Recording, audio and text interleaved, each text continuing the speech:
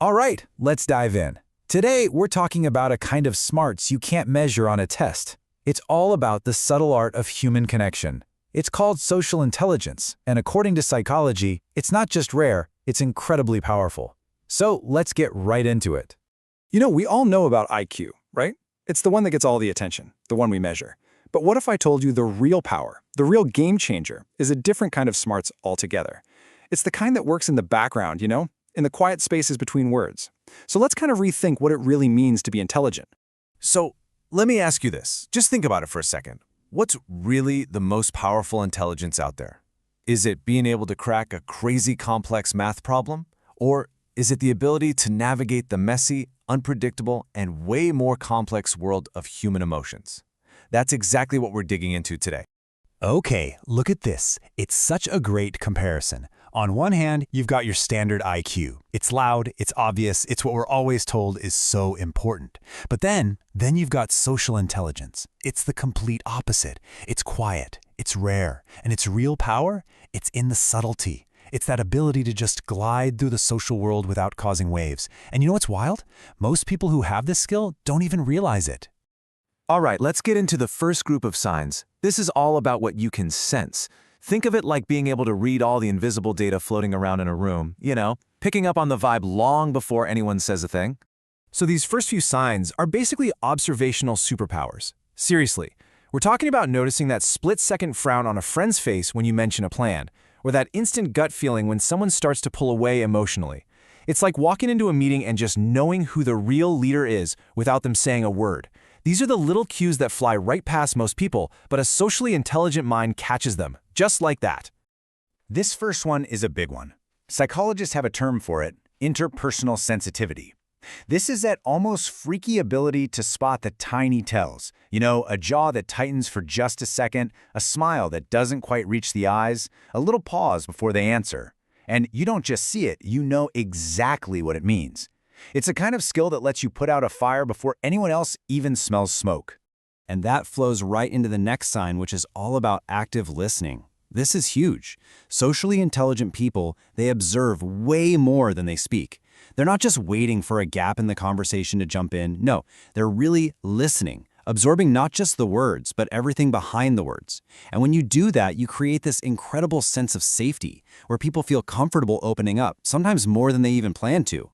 Okay, next up, we've got something that sounds like it's from a spy thriller. It's called social mapping. And it's exactly what it sounds like. It's that ability to walk into any room, any group, and instantly get the lay of the land. You can just feel who's insecure, who's the dominant one, who's anxious, all without anyone saying a single thing. It's like you're handed an invisible blueprint to the entire social situation. Okay, so sensing the room is one thing, right? That's half the battle. But the other half is all about how you act on that information. This is where we get into the real art of communication and how a socially intelligent person uses what they've learned. So these next few signs are all about action. It's not just what comes out of your mouth, it's how it comes out. And maybe even more important, it's about what you know to hold back. It's this beautiful, delicate dance between adapting to the situation, holding your ground, and just knowing when to stay quiet. All right, first up is this idea of adapting your personality. And hold on, this doesn't mean you're being fake. Not at all. There's a term for it, self-monitoring. It's simply the skill of matching the energy in front of you. You might speak a little softer to someone who's shy or ramp up your energy for an extrovert. You're still you, 100%. You're just tuning your frequency to theirs, and that makes people feel incredibly comfortable. Now this next one, this is a total game changer. It's called tactful assertiveness, and honestly, it is so rare. It's the ability to disagree with someone without making them an enemy. You can stand your ground, make your point crystal clear, but you do it with so much respect that the other person doesn't feel attacked.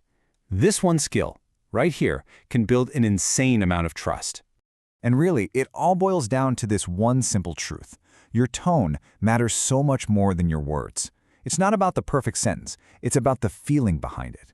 That calm, respectful tone, that can be the make or break difference between a screaming match and a conversation where you actually get somewhere. Okay, so you can read the room, you know how to talk to people. So what? What does that all add up to? Well, our final set of signs is about the outcome, the aha moment. It's about the subtle but incredibly deep influence that socially intelligent people have on pretty much everyone they meet. Yeah, these last signs are really the payoff for all the other skills. And if you look closely, there's a theme here. It's all about quiet power. You absolutely do not need to be the loudest voice to have the biggest impact. In fact, more often than not, it's the person who is calm and observant who actually holds the most sway. And this leads to a really interesting paradox. You see, socially intelligent people, they just don't chase the spotlight. They're not trying to dominate the conversation. They're not desperate for likes or validation. Instead, they just have this calm, solid, centered presence. And the crazy thing is, that's what makes them so magnetic. It's ironic, right? There's even a cool psychological term for it, the gravity effect. It's this idea that people are just naturally pulled toward those who aren't trying so hard. There's something so authentic and safe about that kind of energy. Okay, and this might just be the most powerful sign of them all. It's called emotional contagion, and it is a wild concept. It's the rare, almost magical ability to shift the mood of an entire room, just by being there. Your own internal calm can calm everyone else down. Your quiet positivity can actually lift the whole group's spirits. Your energy literally radiates out and changes the air around you. It's incredible. So you take all these pieces, right? The ability to sense what's going on, the skill to communicate effectively, and that quiet power to influence, you put it all together and you get this complete picture. It's not just about being smart in the traditional sense, it's about being socially sophisticated. So as we've been going through all of this, has any of it been ringing a bell?